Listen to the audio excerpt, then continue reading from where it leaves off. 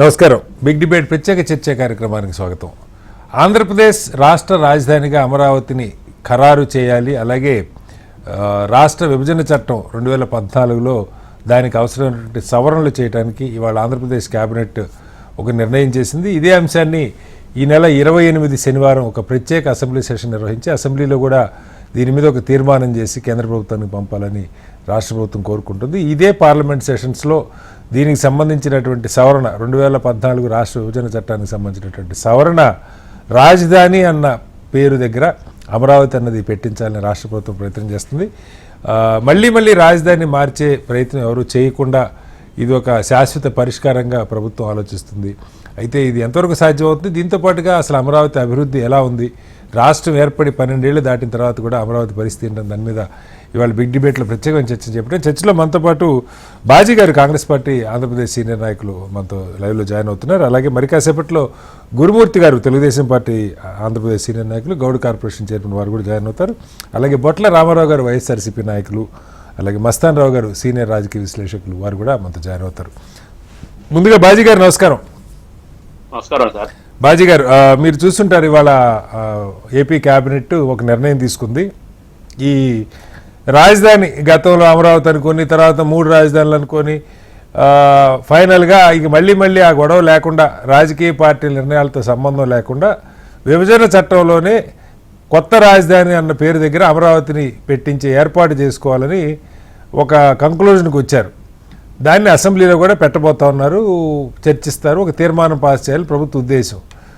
నిజంగా మనకు ఆశ్చర్యం అవుతుంది, రాష్ట్రం ఏర్పడి 12 ఏళ్ళు అయిన తర్వాత కూడా రాజధాని విషయంలో ఇప్పుడు కూడా ఒక చట్టబద్ధత లేకపోవటం, ఎవరు వచ్చినా మళ్ళీ రాజధానిని మార్చే ఒక గందరగోళం ఏంటి అసలు, దీన్ని ఎలా అర్థం చేసుకోవాలి?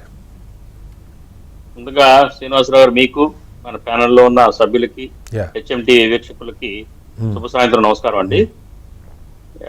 ఇప్పుడు ఆంధ్రప్రదేశ్ ప్రభుత్వం తీసుకున్న ఏదైతే ఈ స్టెప్ ఏదైతే ఉందో, కేబినెట్ లో తీర్మానం చేయటం అమరావతి రాజధాని అని చెప్పేసి, అట్లాగే రేపు ప్రత్యేక అసెంబ్లీ సమావేశం, రేపు 28వ తేదీన ఒక ప్రత్యేక అసెంబ్లీ సమావేశాన్ని ఏర్పాటు చేసి మరి అసెంబ్లీలో కూడా తీర్మానం చేసి కేంద్ర ప్రభుత్వానికి పంపే ప్రయత్నం గవర్నమెంట్ చేస్తుందండి. దీన్ని మేము వెల్కమ్ చేస్తున్నాము. కాంగ్రెస్ పార్టీ ముందు నుంచి కూడా అమరావతి రాజధానికి సపోర్ట్ చేస్తా వచ్చింది. అలాగే యాజ్ ఎర్లీ యాజ్ పాసిబుల్ అనుకున్న రీతిలో మరి తాత్సారం చేయకుండా రాజధానిని నిర్మించాలని చెప్పేసి మేము ప్రభుత్వాన్ని ముందు నుంచి కూడా కోరుతా వస్తున్నాం. అయితే ఏంటంటే ఇప్పుడు పార్లమెంట్ కి వెళ్ళిన తర్వాత దీన్ని ఉభయ సభల్లోనూ ఉంచడం జరుగుతుంది. ఉభయ సభల్లో పాస్ అయిన తర్వాత రాష్ట్రపతి గారి ఆమోదంతో ఇది ఒక చట్టబద్ధత దీనికి ఏర్పడుతుంది. దానికోసమే ఇప్పుడు కేంద్రం ఒక సూచన చేసింది రాష్ట్ర ప్రభుత్వానికి.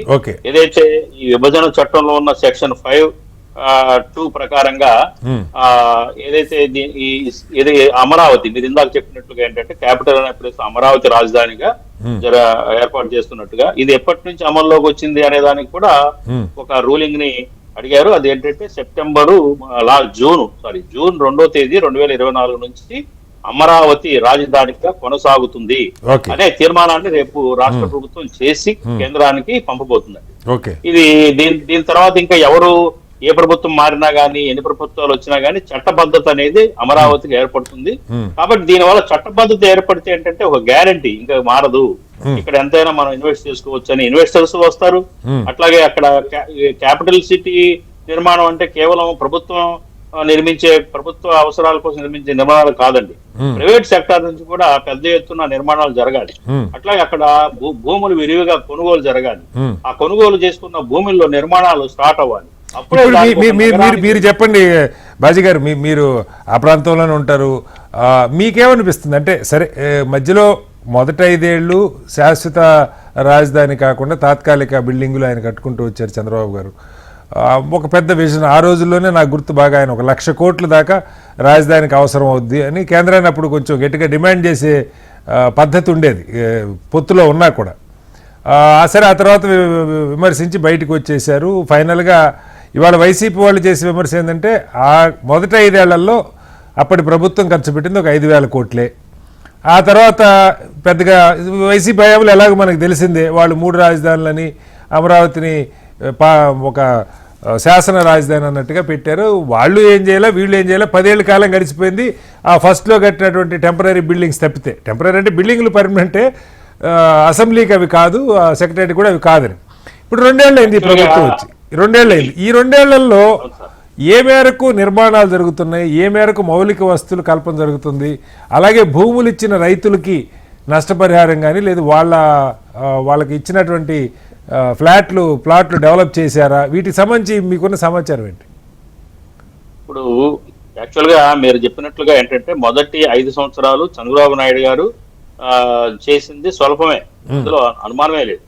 ఏదో ఒక సీడ్ యాక్సిస్ రోడ్ అని చెప్పేసి కొన్ని కిలోమీటర్ల వరకు ఆ రోడ్డు వేయటం జరిగింది. టెంపరీ హైకోర్టు అని, టెంపరీ తాత్కాలిక శాసనసభ అని, తాత్కాలిక సెక్రటరియట్ బిల్డింగ్స్ అని కట్టి దాంట్లోనే కనీసం అప్రోచ్ రోడ్స్ కూడా వేయకుండా అలాగే 5 ఏళ్ళు గడిచిపోయినాయి.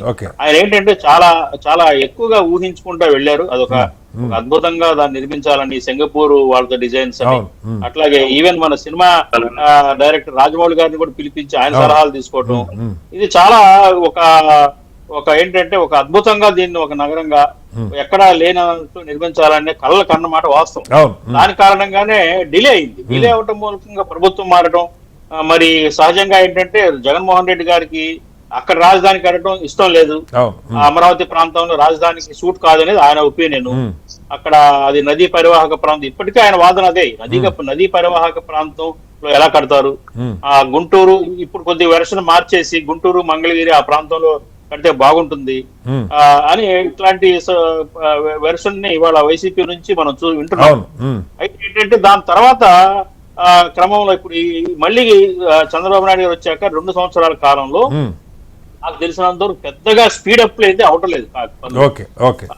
మళ్ళీ ఏదైతే హైదరాబాద్ నుంచి వచ్చే ఆ రోడ్ నుంచి ఆ రాజధానిలోకి ఒక బ్రిడ్జి కట్టడం కృష్ణానది మీద, అది ఒకటి జరిగింది.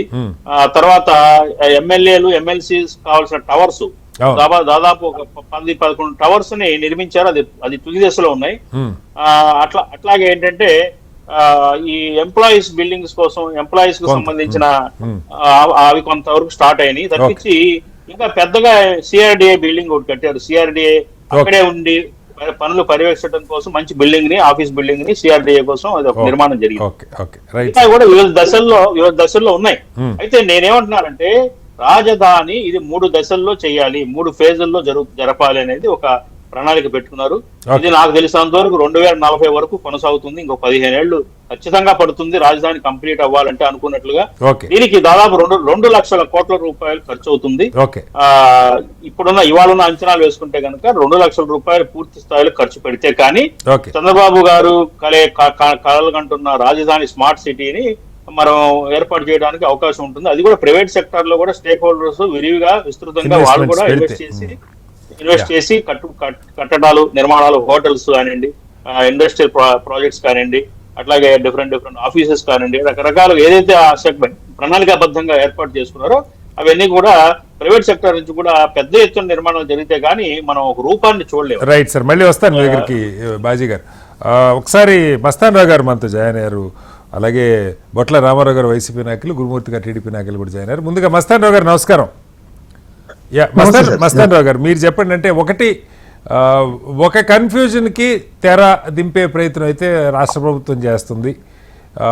విభజన చట్టంలో కొత్త రాజధాని అన్న పేరు దగ్గర అమరావతి అన్న పేరు చేర్చడం ద్వారా దానికి ఒక మేబీ చట్టబద్ధత కల్పించినట్టు మళ్ళీ మారుస్తారన్న కన్ఫ్యూజన్ ప్రజల్లో లేకుండా, అలాగే ఖర్చు పెట్టే ప్రతి రూపాయి అక్కడ పర్మనెంట్గా రాజధానికి ఉపయోగపడుతున్న పరిస్థితి క్రియేట్ చేయాలన్న ఆలోచన చెప్తున్నారు.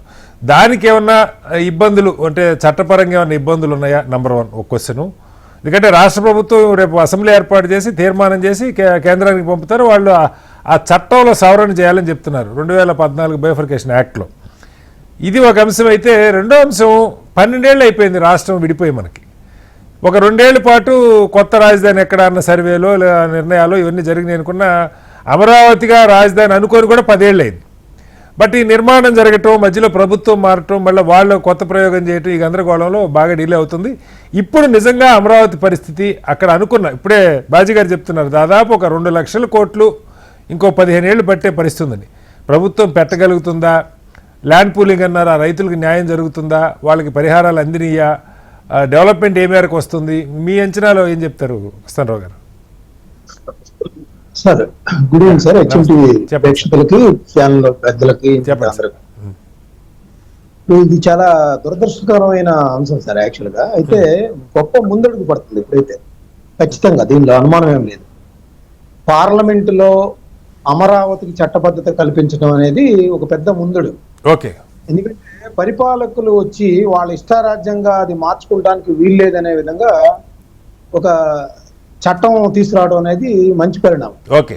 ఎందుకంటే మనం ఇక్కడ చూసాం, అమరావతి పెట్టినప్పుడు ఎవరు వ్యతిరేకించలేదు. అవును. నాకు అధికారం రాగానే మళ్ళీ నేను మూడు రాజధానులు అన్నాను. అమరావతి ఎక్కడనేది సరే, శ్రీకృష్ణ కమిషన్ అది ఉందా, అది అయిపోయింది. శంకుస్థాపన చేసేటప్పుడు కూడా మనం వ్యతిరేకించలేదు కదా, నరేంద్ర మోడీ గారు వచ్చినప్పుడు, కేసీఆర్ వచ్చినప్పుడు ఏం వ్యతిరేకించలేదు కదా మనం. కానీ మనం అధికారంలో రాగానే ఆ రాజధాని గండి కొట్టేశాం.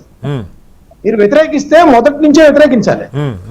సో ఇప్పుడు నేననేది ఏంటంటే, మనకి రాష్ట్ర విభజన సందర్భంగా 10 సంవత్సరాలు ఇచ్చారు. ఆ 10 సంవత్సరాలు 2024 జూన్ 2వ తారీఖుతో అయిపోతుంది కాబట్టి ఖచ్చితంగా ఆ రోజు నుంచి చట్టబద్ధత అనేది కరెక్ట్ గా. ఎందుకంటే దానికి కూడా అనేక పిల్లి మొగ్గలు పడ్డాయి. ఆ చట్టబద్ధత ఏ రోజు నుంచి పెట్టాలి, ఈ రోజు నుంచి పెడితే ఏమవుతుంది అనే దాని మీద ఒక పెద్ద కసరత్తు జరిగింది. యాక్చువల్ గా రేపు ఎల్లుండి జరగబోయేది ఫార్మల్ గా జరుగుతున్నారు అంతే, ప్రత్యేక సమావేశం.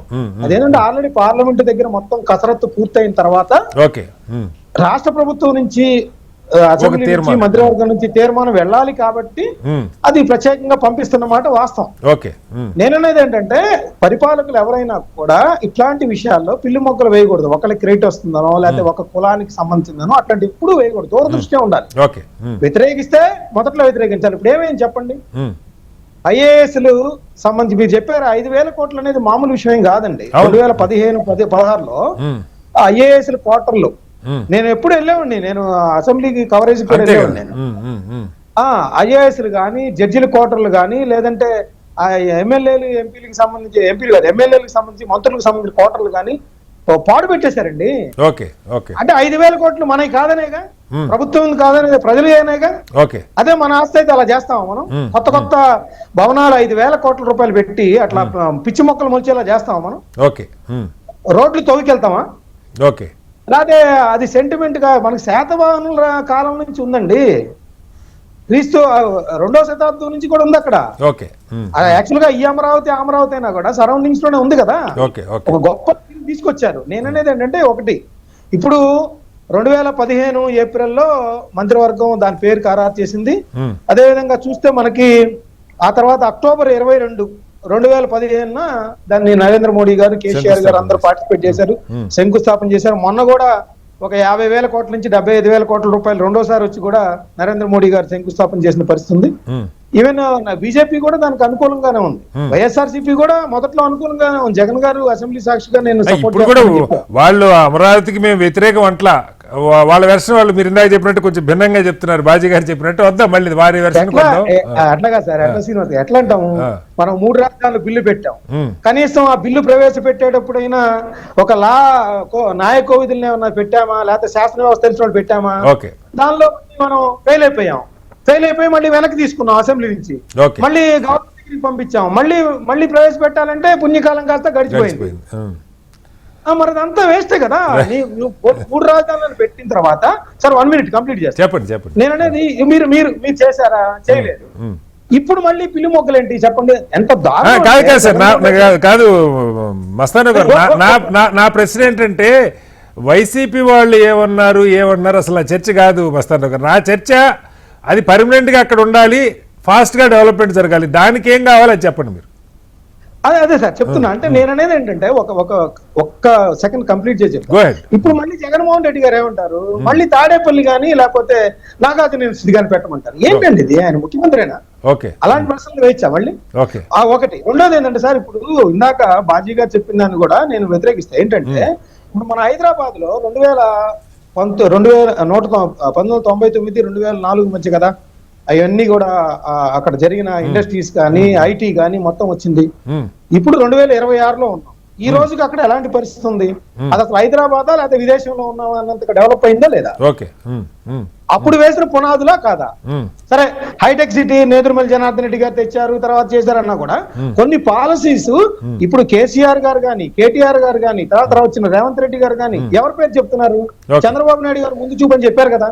సో అదే విధంగా ఈ రోజు అమరావతిలో కూడా అదే విధమైన పునాదులు పడుతున్నాయి. ఒకవేళ వైఎస్ఆర్సీపీకి ఏదైనా అక్కడ అవినీతి జరుగుతున్నా, లేకపోతే అక్కడ లక్షల కోట్లు తగలేస్తున్నారని మీకు అబ్జెక్షన్స్ ఉంటే దాన్ని అడ్డుకోవచ్చు. మీకు అవినీతి ఉంటే అడ్డుకోండి, వాచ్ చేయండి. మీరు వాచ్ డాగ్ లాగా ఉండాలి. ఎందుకంటే ప్రతిపక్షం అంటే అదే. 11 స్థానాలు ఇచ్చినా ప్రతిపక్ష హోదా ఇవ్వకపోయినా మీరు వాచ్ డాగ్ లాగా ఉండొచ్చు. కానీ పోయినసారి లాగా రోడ్లు తవ్వుకొని చూస్తుంటాం, లేకపోతే శ్మశానం అంటాం, లేకపోతే అక్కడ ఎడారంటాం, ఇవన్నీ ఏంటి? రేపు పారిశ్రామికవేత్తలు రావాలా వద్దా? ఇప్పటికైనా కనీసం సపోర్ట్ చేయండి అమరావతికి, ప్రజలు మిమ్మల్ని మెచ్చుకుంటారు. ఓకే, మళ్ళీ వస్తాను సార్ మీ దగ్గరికి. ఒకసారి గురుమూర్తి గారు, దీనికి సంబంధించి అంటే నేను అనేది ఒక యాక్షన్ ప్లాన్. ప్రభుత్వాలు ప్రజలు ఇచ్చే మ్యాండేట్ 5 ఏళ్లే ఉంటుంది. 5 ఏళ్ల తర్వాత సరే మళ్ళీ మీరు వస్తారా, ఇంకొకళ్ళు వస్తారా, ఇది నా ప్రశ్న కాదు. మీరే రావాలని మీరు కోరుకోవచ్చు, మీరే వస్తారని కూడా అనుకుందాం, దానికి నాకు అభ్యంతరంలే. కానీ ప్రజలు ఇచ్చే 5 ఏళ్ల మ్యాండేట్లో మొదటిసారి అనుకున్నంత వేగంగా పనులు జరగల. అదే సమయంలో కనీసం ఒక శాశ్వత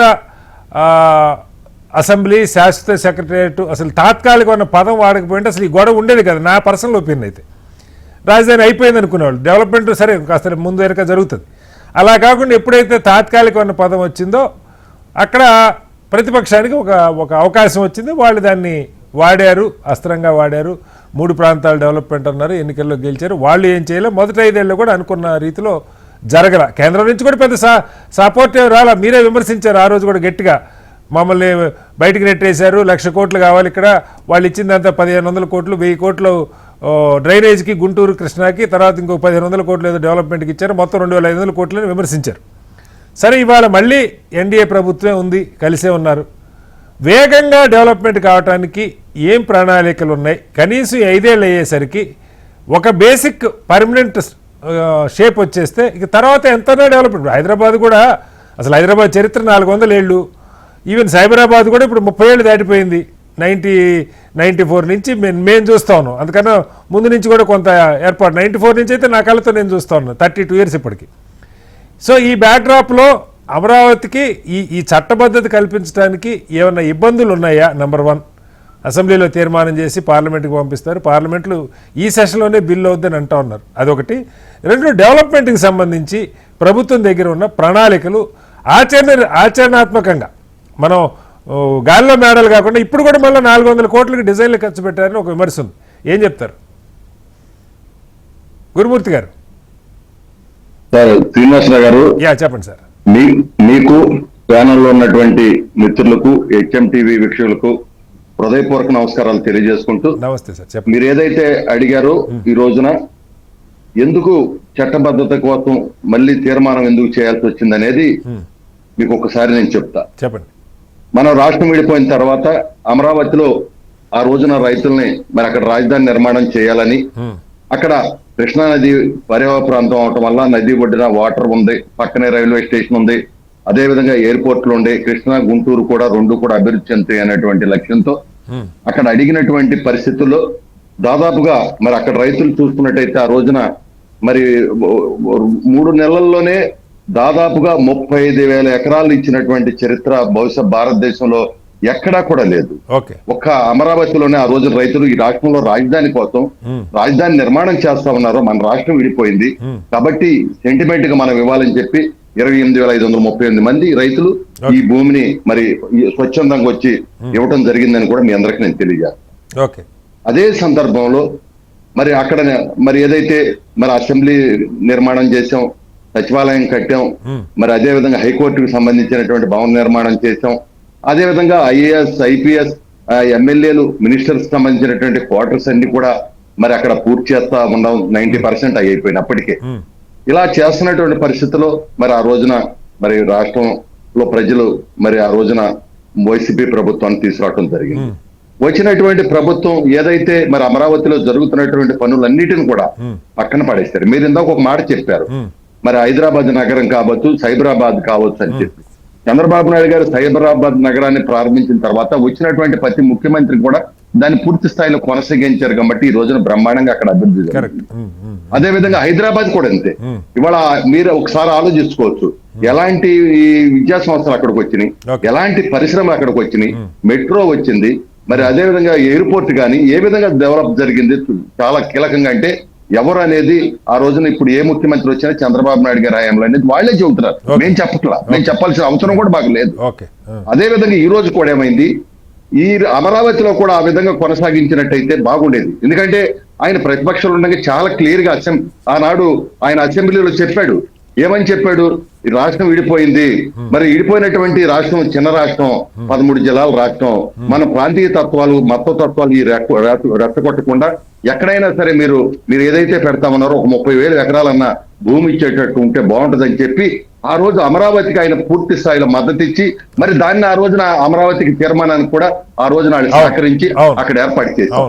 అలా చేసిన వాళ్ళు మళ్ళీ అధికారం వచ్చిన తర్వాత కేవలం అమరావతి చంద్రబాబు నాయుడు గారు పెట్టినటువంటి రాజధాని కాబట్టి మనం తీసేయాలనేటువంటి ఒక దుగ్ధతో కావచ్చు, లేకపోతే అమరావతి డెవలప్ అయితే హైదరాబాద్ లో చంద్రబాబు నాయుడు గారి పేరు అట్టు చెప్తారు, ఇక్కడ కూడా అట్టు చెప్తారేమో, నేనెందుకు చేయాలి అని చెప్పి అయి ఉండొచ్చు. ఆయన దాన్ని పూర్తిగా 3 రాజధానులు అని చెప్పి ఎక్కడ. నా ప్రశ్న గురుమూర్తి గారు, వాళ్ళు మా పందా మార్చారు, అందుకో ఎందుకో వాళ్ళు మూల్యం చెల్లించుకున్నారు. ఇస్తాను సార్ మస్తాన్ రావు గారు, మళ్ళీ వస్తాను. మూల్యం చెల్లించుకున్నారు, అది పక్కకు పెడదాం. ఇప్పుడు నేను అడుగుతున్నది ప్రతిపక్షం పర్స్పెక్టివ్లో దీని ఆన్సర్ కాదు, వాళ్ళ వెర్షన్ వాళ్ళు చెప్తారు, రామారావు గారు చెప్తారు.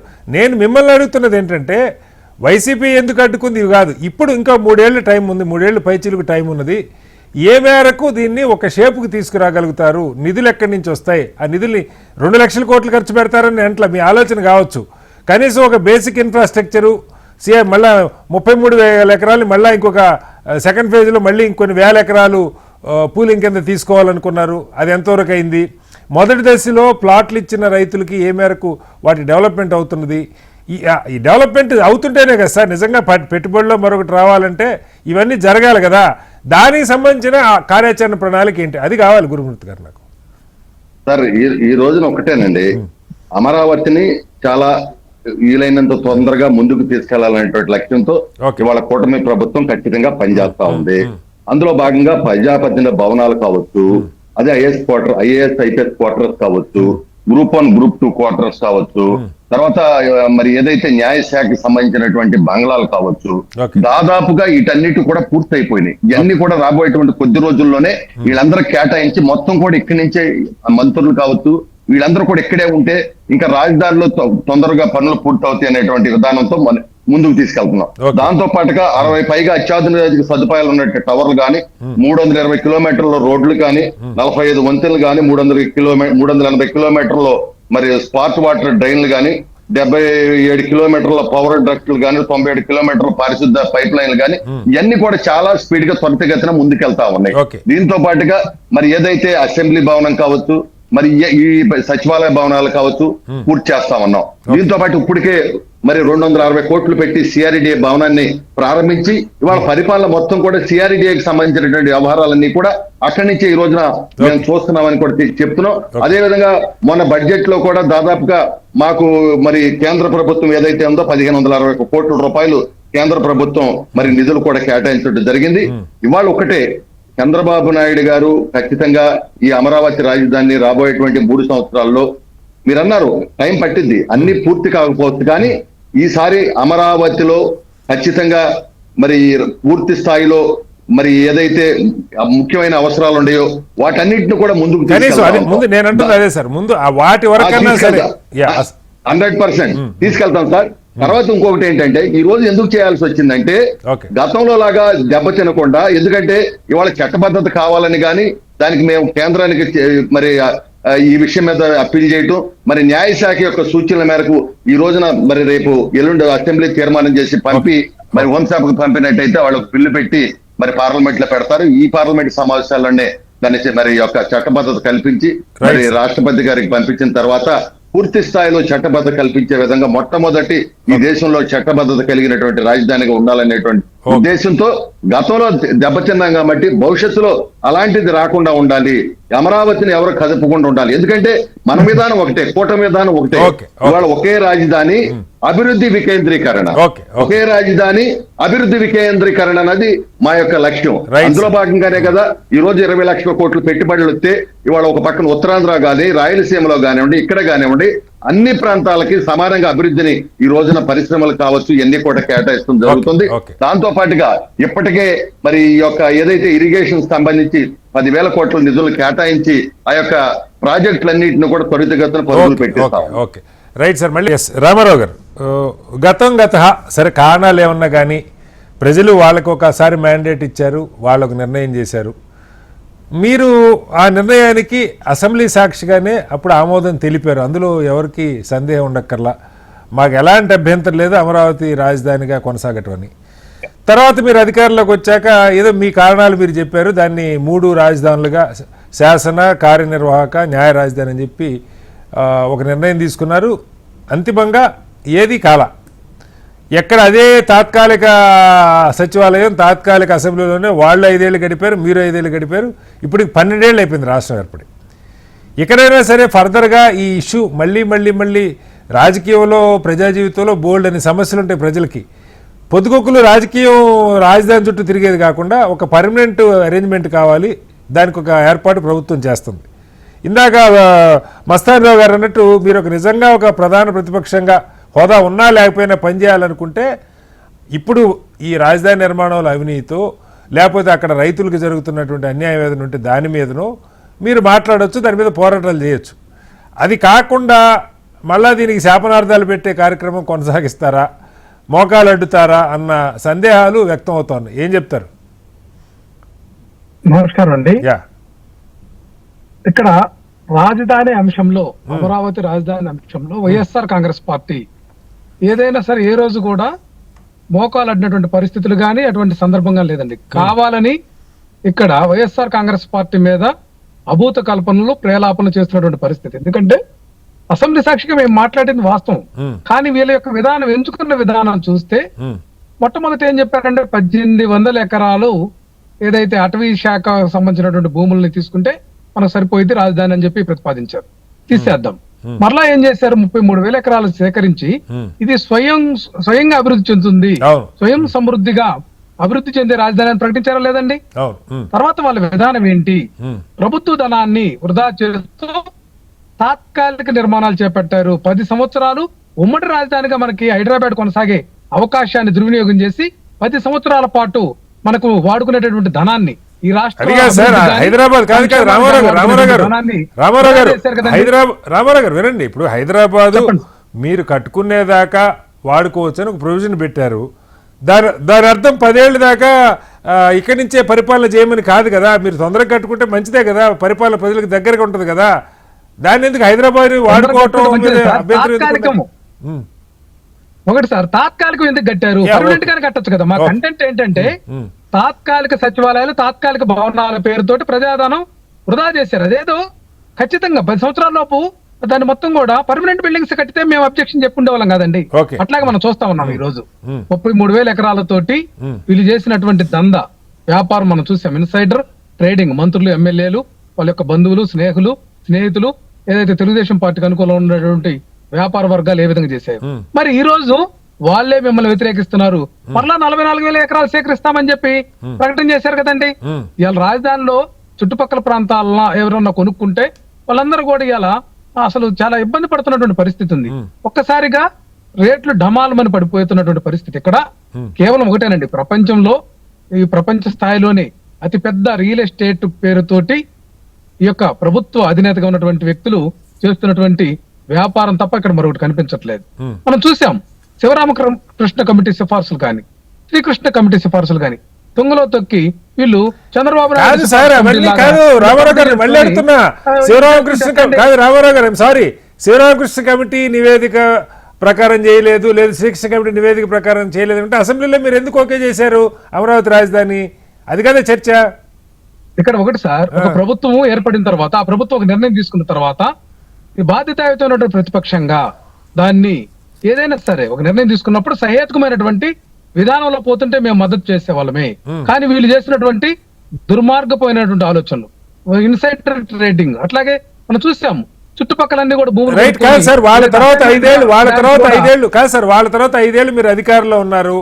ఇన్సైడర్ ట్రేడింగ్ జరిగితే ఏమన్నా మీరు నిరూపించగలిగారా? కేసులు పెట్టగలిగారా? నంబర్ 1. నంబర్ టూ కాదు రామారావు గారు, ఇప్పుడు రేపు అసెంబ్లీలో బిల్లు పెట్టబోతా ఉన్నారు. అసెంబ్లీకి మీ నాయకులు వెళ్తారో వెళ్ళరో నాకు తెలియదు, మండలిలో పెడతారో నాకే క్లారిటీ లేదు. బట్ దీని మీద ఒక తీర్మానం చేయడానికి ప్రభుత్వం రేపు సాటర్డే సిద్ధం అవుతున్నది. ఏంటి వైసీపీ స్టాండ్? మీకేమైనా అభ్యంతరాలు ఉంటే అభ్యంతరాలు చెప్పి మాట్లాడతారా, లేకపోతే అంగీకరిస్తారా? ఏది కాకుండా టీవీల్లో పత్రికల్లో మాట్లాడుతుంటారా? ఇప్పుడు ఒక విషయం అండి, మీరు కానీ మస్తాన్ రావు గారు కానీ ఒకటి ఆలోచించాలి. నేనేమంటున్నానంటే, ఇక్కడ అమరావతి రాజధాని అని ప్రకటించినప్పుడు 2014 నుంచి 19 వరకు వాళ్ళ ప్రభుత్వమే ఉండినది. అప్పుడు వీళ్ళు చేసినటువంటి మాట ఏంటంటే, గజెట్ లో పబ్లికేషన్ అని కేంద్ర ప్రభుత్వం గుర్తించిందని ఇప్పటిదాకా చెప్తున్నటువంటి మాటలు అబద్ధమని ఈ రోజు తేటతెల్లమైంది కదండి. ఓకే, ఎన్నికల ముందు కూడా మొన్న కూడా వీళ్ళు చెప్పింది ఏంటంటే, అమరావతిని కేంద్ర ప్రభుత్వం రాజధానిగా గుర్తించిందని బాకా ఊదేరే. అది ఎక్కడికి పోయింది? ఈ రోజు హడావిడిగా అసెంబ్లీ సమావేశం ఏర్పాటు చేసి అమరావతిని రాజధానిగా గుర్తించమని కేంద్రానికి సిఫార్సు చేయడానికి, తీర్మానించి పంపడానికి వీళ్ళు చేస్తున్నటువంటి ప్రయత్నంతో వీళ్ళ అబద్ధాలు తేటతెల్లమైనవి. ఇప్పుడు మీరు చెప్పండి రామారావు గారు, ఈ తీర్మానం మీద మీకేమైనా అభ్యంతరం ఉందా? ఇప్పటికన్నా కేంద్ర ప్రభుత్వం గుర్తించాలి, శాశ్వతంగా అక్కడ ఒక రాజధాని ఉండాలనే దానికి అంగీకరించరా? చెప్పండి. ఒకటి సార్, అమరావతిని రాజధానిగా కాదు అని చెప్పి మేము ఎప్పుడు చెప్పలేదండి. ఇప్పుడు మేము చెప్పినటువంటి బాటే, కాబట్టి పదాల మార్పు. మేము 3 ప్రాంతాలను అభివృద్ధి చేయాలనేటువంటి దానితో అమరావతిని శాసన రాజధానిగా, అట్లాగే దాన్ని విశాఖపట్నాన్ని ఏదైతే అడ్మినిస్ట్రేటివ్ క్యాపిటల్ గా, అట్లాగే మనం న్యాయస్థానాలకు సంబంధించినటువంటి కర్నూలు కూడా అట్లా రాజధానిగా చేసుకుందామని చెప్పి రాజధాని అనే మాట వాడితే దాన్ని 3 రాజధానులు అని చెప్పేసి వీళ్ళు మమ్మల్ని ఇబ్బంది పెట్టి ప్రజల్లో ఒక విధమైనటువంటి వ్యతిరేకత తీసుకొచ్చే విధంగా ప్రయత్నం చేశారు. కానీ ఇక్కడ వీళ్ళు అనుసరిస్తుంది కూడా అదే కదండి. ఇప్పుడు ముఖ్యమంత్రి చంద్రబాబు నాయుడు గారు ఏం చెప్తున్నారు? ఆర్థిక రాజధాని విశాఖపట్నం అంటున్నారా లేదండి? ఇప్పుడు నిన్న కూడా బాగా అవుతున్నారు, మేము ఆర్సిలర్ మెటల్ ఏదైతే స్టీల్ ప్లాంట్ తెచ్చాం, వైజాగ్ మేమే అభివృద్ధి చేస్తున్నాం, ఆ స్టీల్ ప్లాంట్ కూడా ఉన్నటువంటి స్టీల్ ప్లాంట్ ప్రైవేటీకరణ చేస్తాం చెప్తా ఉంటారు వాళ్ళు. అది కూడా మంచిగా చెప్పుకునేటటువంటి వాక్చాతుర్యం ఉంది వాళ్ళ దగ్గర. డీప్ టెక్ అని, రియల్ గవర్నెన్స్ అని, ఇటువంటి క్వాంటమ్ కంప్యూటింగ్ అని చాలా ఆకర్షణీయమైనటువంటి ఆహ్లాదమైనటువంటి పదాలతోటి ప్రజలను మభ్యపెట్టేటటువంటి విధానమే. కానీ యాక్చువల్ చూస్తే ఈ రోజు కన్స్ట్రక్షన్ కాస్ట్ అండి ఎంత? దాదాపు ఒక స్క్వేర్ ఫీట్ కి తాత్కాలిక కట్టడాలకు కూడా 7,000, 7,500 చెల్లించారంటే దీంట్లో ఎంత అవినీతి జరుగుతుంది? అట్లాగే ఈ భూ దోపిడీ విషయం ఏదైతే రైతులకు 20% ఇస్తా ఉన్నటువంటి భూములను ఈ రోజు వరకు ఎందుకు క్లియర్ కట్ గా వాళ్ళు కదా తీసుకున్నటువంటి అంశం, మమ్మల్ని నిందించడం కాదు. ఇక్కడ అమరావతి రాజధానికి సంబంధించినటువంటి ప్రాజెక్ట్ ని క్లియర్ కట్ గా ఒకటించాల్సింది, లేకపోతే దాన్ని క్లియర్ కట్ గా ఉంచాల్సిందటువంటి ప్రభుత్వం ఇప్పుడు కూడా మేనిమేషాలు లెక్కేస్తున్నటువంటి పరిస్థితి ఉంది కదా. వీటన్నిటికీ క్లారిటీ ఇవ్వాలి. మిమ్మల్ని కాదు సార్, మీరు చెప్పాలనుకుంది మీరు చెప్తున్నారు కానీ నేను అడుగుతున్నాడు చెప్పట్లా. ఇప్పుడు వామపక్ష పార్టీలో కనీసం కాంగ్రెస్ రాష్ట్రం ఏర్పడ్డాక అధికారంలోకి రాలా, వాళ్ళు ఈ మాటలు మాట్లాడారంటే అర్థం ఉంది రామారావు గారు. మీరు 5 ఏళ్ళు పరిపాలన చేశారు. మొదటి 5 ఏళ్లలో అక్రమాలు జరిగితే, ఇన్సైడర్ ట్రేడింగ్ జరిగితే, లేకపోతే స్క్వేర్ ఫీట్కి డబ్బులు ఖర్చు పెడతా ఉంటే అధికారంలోకి వచ్చాక ఎందుకు దాన్ని నిరూపించే ప్రయత్నం చేయలేదు?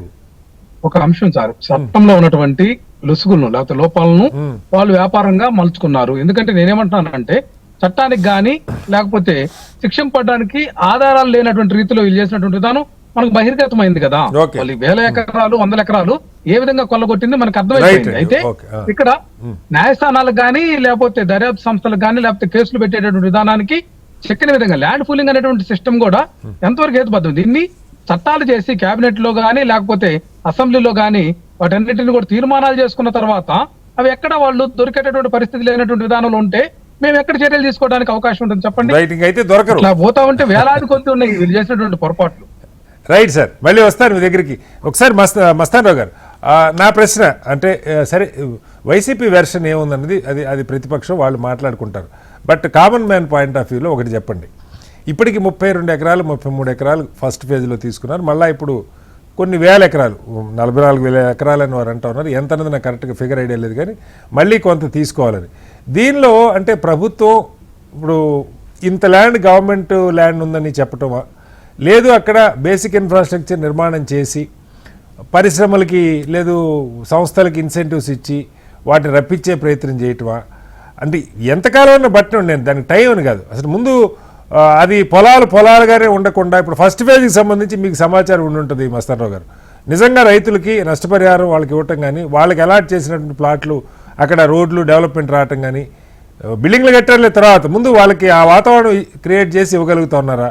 డెవలప్మెంట్ ఇప్పటికి కూడా విమర్శ ఏంటంటే ఆ కరకట్ట తప్పితే పెద్ద రోడ్లు ఏమి, కరకట్ట రోడ్డు తప్పితే పెద్దగా ఏం కాలేదు ఈ 2 ఏళ్లలో. బిల్డింగ్లు అవుతున్నాయి, మినిమం రిక్వైర్మెంట్ ఉన్న బిల్డింగ్లు ఇందాక మనం మాట్లాడుకున్న assembly secretariat, MLA quarters, ministers quarters, లేదు సిఆర్డీ ఆఫీసు, ఇలాంటి బిల్డింగ్లు అవుతున్నాయి. కొన్ని విద్యా సంస్థలు వచ్చినాయి.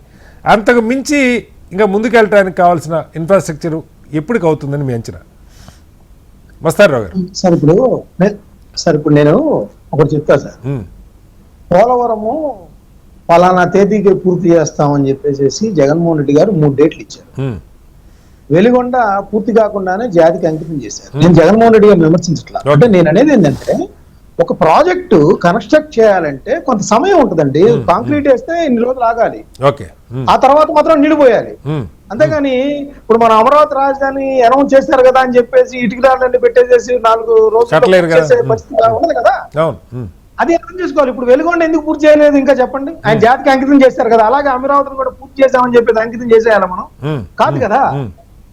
నేననేది ఏంటంటే మీరు ఏదైతే చెప్పారో రైతులకి ఘోరమైన అన్యాయం అయితే జరుగుతుందండి, ఏ పార్టీ అయినా కానీ, దానిలో ఎటువంటి సందేహం లేదు. వాళ్ళు 33,000 ఎకరాలు ప్రపంచ చరిత్రలో ఎక్కడా ఇవ్వని విధంగా రైతులు ఇచ్చారని గొప్పగా తెలుగుదేశం పార్టీ చంద్రబాబు నాయుడు గారు చెప్పుకుంటున్నప్పటికీ కూడా వాళ్ళకి ఈ రోజుకి కూడా మౌలిక సదుపాయాలు అభివృద్ధి చేసిన ప్లాట్లు ఇవ్వలేదు. దానిలో అనుమానం ఏం లేదు. అయితే దానికి కారణం ఏంటంటే మనం ఇందాక చెప్పినా ప్రస్తావించాలి. చెప్పండి. ఇప్పుడు వైఎస్ఆర్సీపీ హయాంలో ఆ రోడ్లు ఏమి ఇవ్వలేదు, మరి వాళ్ళకి ఎందుకు ఇవ్వలేకపోయారు? రైతులకి వాళ్ళు ఎందుకు ద్రోహం చేశారు చెప్పండి? వాళ్ళు ఇవ్వచ్చుగా డెవలప్ చేసి. అమరావతి రాజధాని కాదన్నారు, అవును మేము వ్యతిరేకించట్లేదు అన్నారు, పేరు మార్పే అన్నారు, మరి వాళ్ళకి ఇవ్వాల్సింది కదా. మీరు ఆ రైతుల దగ్గరికి వెళ్ళి ఒక ఉద్యమం చేసే పరిస్థితి ఉందా? వాళ్ళని కాళ్ళు ఎరగొట్టి కూర్చోబెట్టారు కదా నడుస్తా ఉంటే. కనకదుర్గమ్మ గుడికి వెళ్ళినా కొట్టారు, చిత్తూరు దగ్గరికి వెళ్ళినా కొట్టారు, రాజమండ్రి దగ్గరికి వెళ్ళినా రాళ్ళు వేశారు, అన్ని వేశారు కదా. కాదు సార్, వాళ్ళు కాదు మస్తానరావు గారు, వాళ్ళు ఉద్యమం వైసీపీ అధికారులు ఉన్న 5 ఏళ్లు అమరావతి రైతులు ఉద్యమం చేశారు, అమరావతిని రాజధానిగా కావాలి. ఎందుకు చేశారు సార్? వాళ్ళకి అన్యాయం జరుగుతుంది, మేము భూములు ఇచ్చాము, మాకు అభివృద్ధి చేసింది ఇవ్వండి బాబు అని చెప్పేసి ఉద్యమం చేస్తే వాళ్ళని కొట్టారు కదా. ఇప్పుడేమంటారు? రైతులకు దోహం చేశారంటారు. ఈ రోజు నిజంగా రైతులకు అక్కడ ఉద్యమం ఉంది, అక్కడ చనిపోతా ఉన్నారు. జగన్మోహన్ రెడ్డి గారు మొహం చెల్లదు అక్కడికి వెళ్తే, ఎందుకంటే కొట్టిందే ఆయన కాబట్టి. సో ఇప్పుడు ప్రభుత్వం ఏంటి? వాళ్ళకేమీ ఇవ్వలేదు. ఇంకొకటి కూడా చెప్తా, జగన్మోహన్ రెడ్డి గారు సీడ్ క్యాపిటల్ లోనే 50,000 మంది పేదవాళ్ళకి భూములు అన్నారు, అడ్డుకోవడంతో ఆగిపోయింది. అవునా కదా? నేననేది ఏంటంటే ఇప్పుడు మళ్ళీ 22,000కో 27,000కో మళ్ళీ నోటిఫికేషన్ ఇస్తున్నారు, ఒప్పుకుంటున్నారు అని చెప్పేసి. ఒప్పుకోవట్లేదు. అసలు ఆ 22,000 తీసుకోవడం వల్ల అక్కడ రియల్ ఎస్టేట్ మొత్తం కూడా పడిపోయిన పరిస్థితి ఇప్పుడు ఉంది ఈ రోజు. ఒకటి రైతులందరూ కూడా ఇప్పుడు 10 ఏళ్ళు అవుతుంది మేము ఇచ్చి భూములు, మాకు ఇంతవరకు న్యాయం చేయలేదు, మాకు అభివృద్ధి చేసిన ఫ్లాట్లు ఇవ్వలేదు, మళ్ళీ 22,000 వెళ్తా ఉన్నారు. అసలు రియల్ ఎస్టేట్ మేము అమ్ముకోవాలన్నా, కొనాలన్నా, పెళ్లి కావాలన్నా, మాకు ఏదైనా ఉపాధి కల్పించుకోవాలన్నా ఏంట్రా అని బాగుమంటున్నారు రైతులందరూ. అది ఏ ప్రభుత్వం అయినా కానీ అన్యాయం, రైతులైతే ఘోరమైన అన్యాయానికి వాళ్ళకి కాదు సార్. ఇంకోటి కూడా చెప్పండి, అది మొదటి దఫా కానీ తర్వాత వైసీపీ హయాంలో కానీ నేను విన్నది అప్పుడు నాకు గుర్తున్న మేరకు డెవలప్డ్ ప్లాట్ వాళ్ళకి ఇచ్చేదాకా కౌలు ఇస్తాము అంటే ఆ భూమి ఎకరానో 2 ఎకరాలు తీసుకున్నది కౌలు, అదన్నా అందుతుందా సార్ రైతులకి? Sir pension old age pension అందరికి వస్తుంది.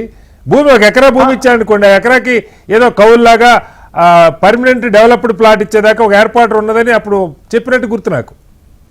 ఇస్తున్నారు సార్, ఇస్తున్నారు. అయితే నేనేంటంటే అది కాదు సమస్య. ఇక్కడ 30-40 వేల మంది వ్యవసాయ కూలీలందరూ ఉపాధి కోల్పోయారు సార్. వాళ్ళు వాళ్ళ ఉపాధి ఇంకా పెన్షన్ తీసుకొని బతకాల వాళ్ళు కాదు కదా.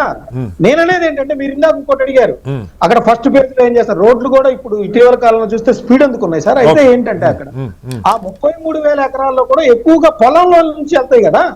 సో రోడ్లు తల ప్రాణం తోక్కొస్తుంది, బిల్డింగ్ కట్టాలని వస్తుంది. అయితే దీని మీద కూడా మళ్ళీ జగన్మోహన్ రెడ్డి గారు అంటే నేను విమర్శించడం కాదు, నదీ తీరాల్లో ఉండకూడదంటారు. అసలు మన రాష్ట్రంలో, మన దేశంలో కానీ, విదేశాల్లో కానీ, ప్రపంచ దేశాల్లో కానీ నదీ తీరాల్లోనే నాగరికత పెరిగిద్ది ఎక్కడైనా. దాన్ని అక్కడ కూడా పప్పులో కాలేశారు. నేననేది ఏంటంటే ఇప్పటికైనా ఇప్పుడు రైతుల దగ్గరికి వెళ్ళి వాళ్ళకి జరుగుతున్న అన్యాయాన్ని సరిదిద్దండి. అక్కడ కనుక అవినీతి జరుగుతుంటే మీరు వాచ్ డాగ్ లాగా ఉండి వ్యతిరేకించండి, ప్రజల దృష్టికి తేండి. అంతేగాని గుడ్డిగా వ్యతిరేకించద్దు. ఓకే, ప్రభుత్వానికి ఏం చెప్తారు మస్తానరావు గారు? ప్రతిపక్షం ఏం చేయాలో చెప్పారు, ప్రభుత్వం ఏం చేయాలో కూడా చెప్పండి. ప్రభుత్వం ఖచ్చితంగా ఇప్పుడు వెంటనే ఇప్పుడు చేయాల్సింది ఏంటంటే, మీరు 2 లక్షల కోట్లు పెట్టేసి ఆ బిల్డింగ్లు కడతాం అవన్నీ కాదు, ఆ రైతులకు ముందు న్యాయం చేసిన తర్వాత మిగతా చూడండి. ఓకే ఓకే, ఖచ్చితంగా వాళ్ళకి చేయాల్సిన అవసరం ఉంది, దానిలో ఎటువంటి సందేహం లేదు. ఇంకోటి కూడా, జగన్మోహన్ రెడ్డి గారు ఆ 2-3 గంటల ప్రెస్ మీట్లు పెట్టే బదులు అసలు మీ రాజధాని మీద మీ యొక్క అభిప్రాయం ఏంటి, 3 రాజధానుల అమరావతి ఇప్పుడు చట్టబద్ధత కల్పించేటప్పుడైనా కనీసం వెళ్ళి, ఇది కీలకమైన సమయంలో ఆయన బెంగళూరులో ఉండకుండా ఇక్కడికి వచ్చి అటెండ్ అయ్యి ప్రజల్ని చైతన్యవంతులు చేయాలి. లేదా అమరావతిలో ఆయనకి ఏమైనా ఇబ్బందులు ఉంటే దాన్ని కూడా అడ్డుకోవాలి, లేదా సపోర్ట్ అన్నా చేయాలి. ఏదో ఒక క్లారిటీ అయితే ఆయన ఇవ్వాల్సిన అవసరం ఉంది. రైట్ సార్, మళ్ళీ వస్తాను మీ దగ్గరికి. బాజీ గారు, ఇంకొకటి కీలకంగా కేంద్రం ఇప్పుడు మనం అందరం గుర్తు, సరే ఇదేదో రాజకీయ విమర్శ కోసం కూడా కాదు, కానీ మోడీ గారు వచ్చి మొట్టమొదటిసారి శంకుస్థాపన చేశారు. అప్పుడు అందరూ విమర్శ, నీళ్లు మట్టి ఇచ్చిపోయారు, ఏం చేయలేదని.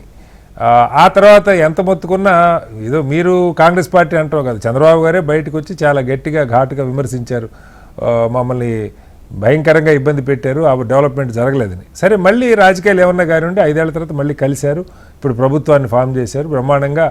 గతంలో కంటే ఇంకా మరింత ఒక బాండేజీ, ఆ కొహెషన్తో 3 పార్టీలు ఏపీలో కలిసి పనిచేస్తూ ఉన్నాయి, మంచిదే. బట్ కేంద్రం నుంచి సహాయం రాష్ట్రానికి సంబంధించి ఇప్పుడు ఇందాక చెప్పారు, బడ్జెట్లో దుగురుమూర్తి గారు చెప్పారు, 1500 కోట్లు అమరావతికి కేటాయించారని. లేదంటే కొన్ని డబ్బులు వాళ్ళు గతంలో బ్యాంకుల్లో అప్పిప్పించి దానికి ఒక భరోసాగా ఉన్న, అది గ్రాంట్ కాదు, లాంగ్ టర్మ్లో రాష్ట్రం చెల్లించుకునేలాగా కొంత ఏర్పాటు చేశారని. ఏదన్నా సరే కేంద్రం డైరెక్ట్గా సహాయం కానీ, నిజంగా ఇప్పుడు ఇన్ఫ్రాస్ట్రక్చర్ ఇవాళ మనకి ఏం చేయాలన్నా కూడా 100 కోట్ల రూపాయలతో పనిలే కదా సార్. ఇప్పుడు అక్కడ డెవలప్మెంట్ అయ్యి రోడ్డు వేసి డ్రైనేజ్ ఇచ్చి ఎలక్ట్రిసిటీ ఇచ్చి రైతుకి ప్లాట్ ఇవ్వాలంటే దానికి డబ్బులు కావాలి, అది అప్పన్న కావాలి, గ్రాంట్ అన్న కావాలి, ఏదో ఒకటి కావాలి. ఈ సహకారంలో కేంద్రం పాత్ర ఎలా ఉంది? రాష్ట్రంలో అసలు ఎవరన్నా దాని మీద మాట్లాడుతున్నారా? ఇదిగో కేంద్రం ఇది చేయాలయా ఈ రాష్ట్రానికి, వెనకబడ్డ రాష్ట్రం, ఆ భాష ఉందా రాష్ట్రంలో? మనం కనుక చూస్తే ఈ ఎన్డీఏ కూటమి అధికారంలోకి వచ్చిన తర్వాత గతంలో వదిలేసేయండి, గతంలో ఖచ్చితంగా సహకరించలేదు, కానీ ఇప్పుడు కేంద్రం సానుకూలంగానే ఉంది అమరావతి పట్ల.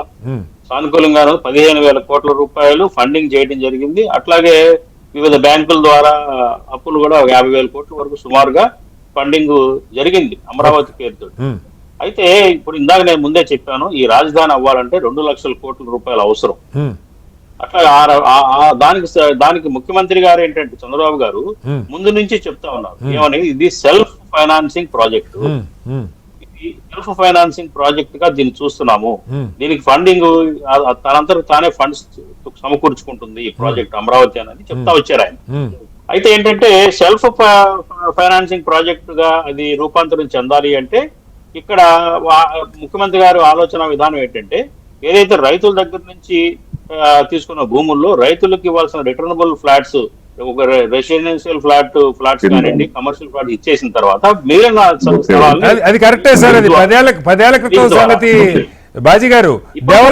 డెవలప్డ్ ఫ్లాట్స్ ఇవ్వలేదు, వాళ్ళు అమ్ముకోలేకపోతున్నారు, రేట్లు పడిపోయినాయని మస్తానరావు గారు కూడా చెప్తా ఉన్నారు. నేను చెప్పేది అదే సార్, చెప్పేది అదే. ఇప్పుడు ఆలోచన విధానంతో ముఖ్యమంత్రి గారు ఉన్నారు, కానీ ఈవేళ ఏంటంటే ఇప్పుడు రాజధానిలో ఒకసారి వెళ్తే కనుక ఎకరం కోట్ల రూపాయలు చెప్తా ఉన్నారు, కానీ క్రయ విక్రయాలు జరగటం లేదు, మార్కెట్ డిమాండ్ లేదు. ఈ నేపథ్యంలో సెల్ఫ్ ఫైనాన్సింగ్ ఎలా జరుగుతుంది అనేది ఒక ప్రశ్నార్థకమైన అంశమే అది. కాకపోతే ఏంటంటే ఏదైతే రిటర్నబుల్ ఫ్లాట్, ఇప్పుడు ఇందాక రైతులకి రైతుల గురించి మాట్లాడుతూ వచ్చారు. దాదాపు ఏంటంటే 66,000 రిటర్నబుల్ ఫ్లాట్స్ అలాట్మెంట్ అయినవి రైతులకి, ఇంకా 7,000 ఫ్లాట్లు అవ్వాలి. అయితే ఏంటంటే రైతులకు ఇచ్చిన ప్రామిసెస్ లో ఎక్కువ భాగం ప్రభుత్వం నెరవేర్చలేకపోయింది. ఇప్పుడు డ్రై ల్యాండ్స్ కి 30,000 రూపాయలు కాంపన్సేషన్ ప్రతి సంవత్సరానికి ఇస్తామని చెప్పారు. అట్లా వెట్ ల్యాండ్స్ కి 50,000 ఇస్తా ఉన్నారు. ఇప్పుడు అది చాలా వరకు ఇవ్వాల. ఈ 10 సంవత్సరాల్లో రైతులకు ఇవ్వాల్సిన అమౌంట్ చూస్తే చాలా ఇవ్వాల్సి వస్తుంది, అది ఇవ్వలేకపోయారు రకరకాల కారణాలతో. కాకపోతే ఏంటంటే రైతులు ఎప్పుడైతే వాళ్ళ ఫ్లాట్స్ టోటల్ గా వాళ్ళ చేతులకు వస్తాయో, వాళ్ళు అమ్ముకునే వెసులుబాటు ఉంటుందో ఖచ్చితంగా మార్కెట్ వాల్యూ పెరుగుతుంది. అమ్ముకునే వెసులుబాటు కాదు సార్, అమ్ముకునే వాళ్ళ ప్లాట్ వాళ్ళకి రిజిస్టర్ చేస్తారు, అమ్ముకునే వెసులుబాటు ఉందనుకుందాం. అక్కడ ప్రభుత్వం చెప్పిన డెవలప్మెంట్ జరిగి ఉండాలి కదా, రోడ్లు ఇన్ఫ్రాస్ట్రక్చర్ వస్తేనే కదా రేట్ వస్తుంది. ఆ ఇన్ఫ్రాస్ట్రక్చర్ రాకుండా అదేనండి, నేను ఇవాళ ఓవర్ నైట్ గా అనేది ఎట్టి పరిస్థితుల్లో మనం ఆశించలేము. ఓవర్ ది పీరియడ్ ఖచ్చితంగా ఇప్పుడు నిర్మాణాలు జరుగుతున్నాయి, ప్రభుత్వ నిర్మాణాలు జరుగుతున్నాయి. 2-3 ఏళ్లలో అడ్మినిస్ట్రేషన్ పార్ట్ వరకు నిర్మాణాలు పూర్తవుతాయి. ఖచ్చితంగా అక్కడ ఫ్లోటింగ్ జనం రావడం పోవడం ఫ్లోటింగ్ పెరుగుతుంది, రహదారులు నిర్మిస్తున్నారు. ఖచ్చితంగా గ్రోత్ ఉంటుందండి, అందులో మనం నిరాశపడాల్సిన అవసరం లేదు. కాకపోతే ఏంటంటే సెల్ఫ్ ఫైనాన్సింగ్ ప్రాజెక్ట్ గా ఎంతవరకు చంద్రబాబు నాయుడు గారు చెప్పినట్టు సక్సెస్ అవుతుందా అనేది ఒక ప్రశ్నార్థకంగా మేము చూస్తా ఉన్నాం.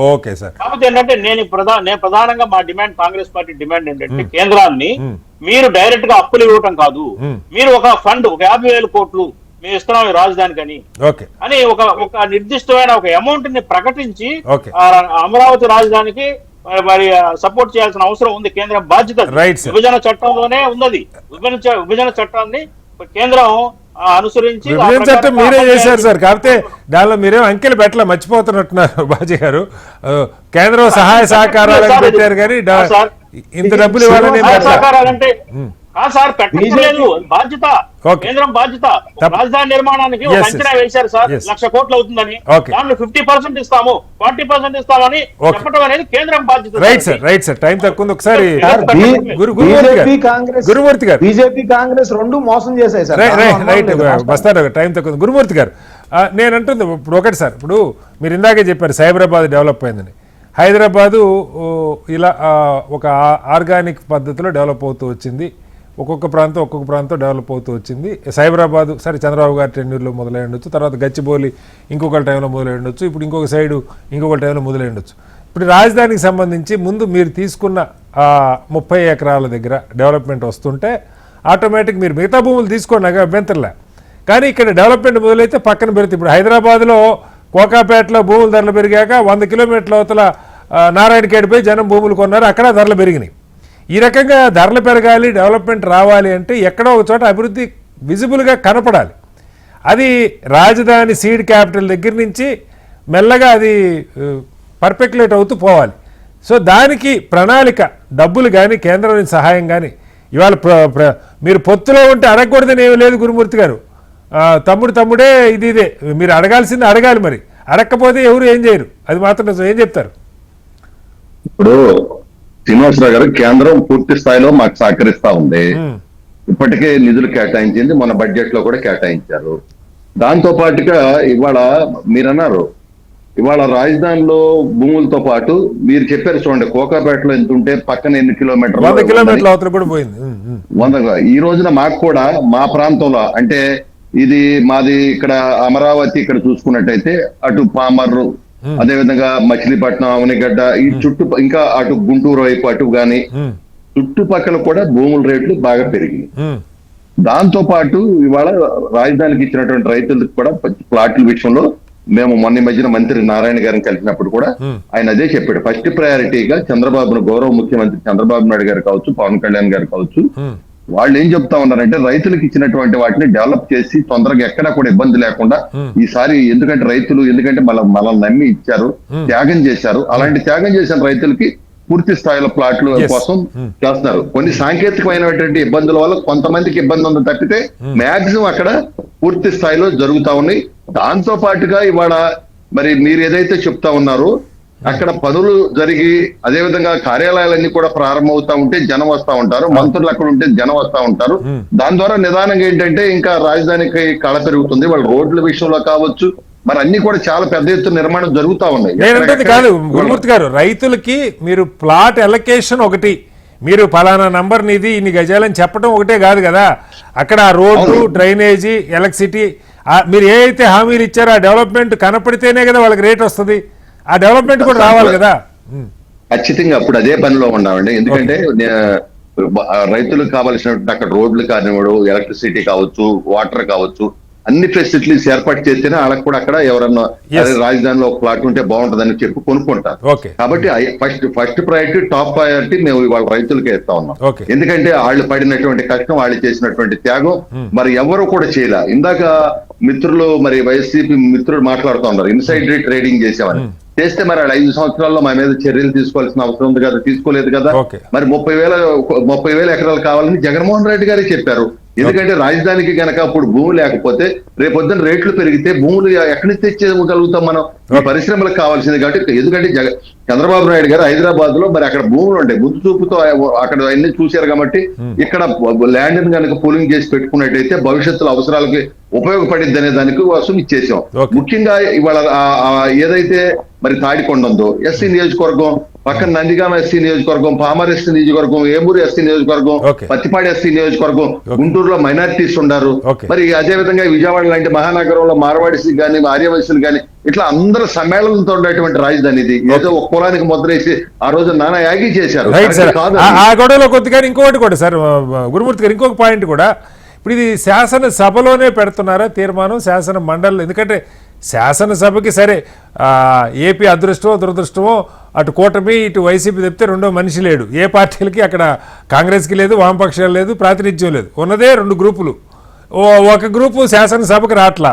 కనీసం శాసన మండలిలో అన్న దీని మీద ఏమైనా చర్చ ఉంటే వాళ్ళ ఒపీనియన్ ఏంటో ఆన్ రికార్డు తెలుస్తుంది. మండలిలో కూడా పెడతారా పెట్టరా దీని మీద తీర్మానం చర్చకి? ఇప్పుడు వాళ్ళ అసెంబ్లీకి రమ్మనండి, ఎవరో రావట్లేదు కదా. రావాలి కదా, రావాలి. ఎట్లాగండి? ఆనాడు మేము 23 మంది ఉంటే మేము వెళ్ళలేదా? ఇవాళ వచ్చి వాళ్ళ అభిప్రాయం ఖచ్చితంగా చెప్పాలి. ఎందుకంటే గతంలో 5 సంవత్సరాలు 3 రాజధానులు అనేటువంటి వాళ్ళు ఈ రోజైనా సరే చాలా స్పష్టంగా దీని మీద మాట్లాడాల్సిన అవసరం ఉంటుంది. అప్పుడు మాకు న్యాయపరంగా న్యాయశాఖ ఏదైతే చెప్పిందో అసెంబ్లీలో తీర్మానం చేసి పంపమని చెప్పారు. రేపు అసెంబ్లీని సమావేశపరిచి కౌన్సిల్ అయితే ఉండబోవట్లేదు అంతేనా? ఆల్రెడీ ఇప్పటికే క్యాబినెట్, ఈ రోజు క్యాబినెట్ లో కూడా దీని మీద ఒక తీర్మానం చేసాం. మరి రేపు అసెంబ్లీలో చేసి అది హోంశాఖ పంపించినట్టయితే వాళ్ళు ఒక బిల్లు పెట్టి పార్లమెంట్ లో పెడతారు. పార్లమెంట్ నుంచి రాష్ట్రపతికి వెళ్ళి మరి దేశంలో మొట్టమొదటిసారిగా చట్టబద్ధత కల్పించినట్టు రాజధానికి ఎవరు వచ్చినా ఇంకా ఏమీ ఎక్కడ కూడా కలుపకుండా మా విధానం ఒకటే, ఒకే రాజధాని, అభివృద్ధి వికేంద్రీకరణ అన్నది మా కూటమి యొక్క లక్ష్యం. రైట్ గురుమూర్తి గారు, ఆఖరిగా రామారావు గారు చెప్పండి, శాసన మండలిలో ఈ బిల్లు చర్చకు వస్తూ ఇది ఈ తీర్మానం ప్రవేశపెడతారు లేదు నాకు తెలియదు, శాసనసభలో అయితే శనివారం ప్రవేశపెట్టబోతున్నారు. చాలా కీలకమైన అంశం రామారావు గారు, ఈ నింద మీరు మోస్తా ఉన్నారు, మీరు తప్పు నిర్ణయాలు తీసుకున్నారు, దాన్ని గందరగోళం చేశారన్న బహుశా మీ ఓటమిలో అది కూడా కారణమై ఉండొచ్చు. ఇప్పుడైనా సరే దీని మీద ఒక స్పష్టత, క్రిస్టల్ క్లారిటీ రేపు సభలో అసెంబ్లీలో పెడితే వచ్చి జగన్మోహన్ రెడ్డి గారు మిగతా నాయకత్వం మాట్లాడే అవకాశం ఉందా? లేదు తీర్మానం దారిన తీర్మానమే మీరు రారా? ఏం చెప్తారు రామారావు గారు? వైఎస్ఆర్ కాంగ్రెస్ పార్టీ ఎప్పుడు క్రిస్టల్ క్లియర్ గానే ఉందండి. కాకపోతే ఇక్కడ తెలుగుదేశం పార్టీ ఏదైతే చంద్రబాబు నాయుడు గారితో సమస్య అంతా 33,000 ఎకరాలు అంటాడు, మళ్ళా 40,000 ఎకరాలు దాన్ని మళ్ళా కావాలని చెప్పి మళ్ళా నోటిఫికేషన్ ఇవ్వాలంటారు. ఇక్కడ వీళ్ళు ఆలోచన విధానం స్పష్టంగా ఉండట్లేదు అనేది ఒకటైతే, మరొక సార్ ఆ పాయింట్ రామారావు గారు నా చర్చలో చెప్పడం కంటే జగన్మోహన్ రెడ్డి గారు హౌస్ లో చెప్పడం మంచిది కదా రామారావు గారు. వస్తున్నాం సార్ అక్కడే, అది మా పొలిటికల్ అడ్వైజరీ కమిటీ ఉంది, ఖచ్చితంగా చెప్తారండి, నిర్ణయాలు తీసుకుంటారు. నేనేమంటున్నానంటే చంద్రబాబు నాయుడు గారి యొక్క విధానం ఏంటనేది స్పష్టంగా ఉండట్లేదు. ఆయన కొంచెం సేపు అమరావతి అంటాడు, కొంచెం సేపు వైజాగ్ అంటారు, కొంచెం సేపు ఇంకొకటి అంటున్నారు. ఈ పరిస్థితి ఉంది. మేమంటున్నది ఏంటంటే వీళ్ళకి లాభాపేక్ష, వ్యాపార దృక్పథం తప్ప నిజంగా చిత్తశుద్ధితోటి రాజధాని అనే దానికి డెఫినేషన్ వీళ్ళు చెప్తుంది ఏంటి, చేస్తున్నది ఏంటి? ఇప్పుడు ఇవాళ అది కాదు సార్, రామకృష్ణ సజ్జల రామకృష్ణారెడ్డి గారు మాట్లాడారు కాదు, రామారావు గారు మిమ్మల్ని అడుగుతున్నా. సజ్జల రామకృష్ణారెడ్డి గారు ప్రెస్ మీట్ లో చెప్పిన అంశం ఏంటంటే వేగంగా అభివృద్ధి చేసే దాని మీద చిత్తశుద్ధి లేదన్నారు. ఆ మాట వచ్చి సభలో చెప్పండి, అయ్యా మీరు ఎన్నాళ్ళు చేస్తారు, సరే మొదటి 5 ఏళ్ళు తాత్కాలికం అన్నారు, మేమేదో ప్రయోగాలు చేసాం, ఇప్పుడైనా వేగంగా కంప్లీట్ చేయండి. ఆ రైతులకు ఏదైతే 4-5 డిమాండ్లు అవన్నీ వచ్చి సభలో చెప్పొచ్చు కదా రామారావు గారు. సభకు రావడానికి మాకు ఎలాంటి అభ్యంతరం లేదు సార్. ఇక్కడ ఒకటే సార్, స్పీకర్ గారికి మా నాయకుడు సెప్టెంబర్ 24, 2024 రాసినటువంటి లేఖకి ఈ రోజుకి జవాబు లేదు సార్. ఇది వ్యవస్థ. ఇక్కడ ఉన్నటువంటి పరిస్థితి ఏంటంటే ప్రత్యక్షంగా స్పీకర్ గారు గాని, పరోక్షంగా సభానాయకుడిగా ఉన్నటువంటి చంద్రబాబు నాయుడు గారు గాని ఈ విషయంలో ఎందుకు నిర్లిప్తత పాటిస్తున్నారు అనేది మేము మొట్టమొదటి నుంచి చేస్తున్నటువంటి ప్రశ్న. అందుకు ప్రొటెస్ట్ చేస్తున్నాం తప్ప సభ మీద విశ్వాసం లేక కాదు, ప్రజాస్వామ్య విధానాల మీద మాకు గౌరవం లేక కాదు. ఈ అంశంలోనే మేము ప్రొటెస్ట్ చేస్తున్నామని మొట్టమొదటి నుంచి చెప్తున్నాం. అది పరిష్కరించకుండా మేము ఒక స్టాండ్ తీసుకున్నాక ఏ విధంగా వస్తామంటే పదే చెప్తుంది అదేనండి. అది కాదు సార్, ఖచ్చితంగా మా యొక్క విధానం చెప్తాం. సార్ అక్కడ మీరు అడిగిన దానికి ఆన్సర్ చెప్పలేదు రామారావు గారు. నేను కాదు సార్, మీరు అడిగిన దానికి ఆన్సర్ రాలేదు. మీరు ప్రధాన ప్రతిపక్ష హోదా కావాలన్నారు. ప్రధాన ప్రతిపక్షం నేను కాదు, జనం ఇవ్వాలి, 1/10 మెంబర్స్ ఉంటే ఆటోమేటిక్గా వస్తుందని చెప్పారు. సరే, అది ఆయన నిర్ణయం, వదిలేయండి. ఇక్కడ మాటలతోటి కాదు, అది రిటర్న్ గా ఎందుకు ఇవ్వట్లేదు? మా యొక్క జవాబు ఇవ్వట్లేదు.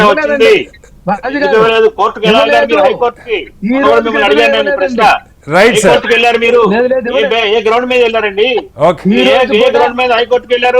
ఓకే టైం బాజీ గారు ఓవరాల్ గా మాట్లాడుతున్నారు తప్ప. Right sir.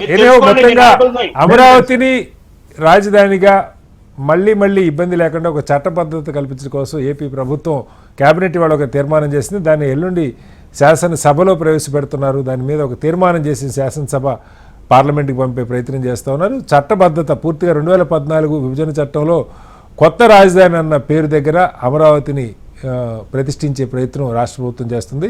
ఇకనైనా అమరావతి శాశ్వత రాజధానిగా కొనసాగుతుందని కోరుకుంది. అయితే వేగంగా అక్కడ అభివృద్ధి జరగాల్సిన అవసరం ఉంది. కేంద్రం నుంచి రాబట్టుకోవాల్సిన నిధుల విషయంలో ప్రభుత్వం ఒత్తిడి చేయాల్సిన అవసరం ఉంది. అలాగే రైతులకు ఏదైతే హామీలు ఇచ్చారో డెవలప్డ్ ప్లాట్స్, అది పూర్తి చేసి అక్కడ మౌలిక వసతులు కల్పించి వాళ్ళకి అప్పగించాల్సిన బాధ్యత ఉంది.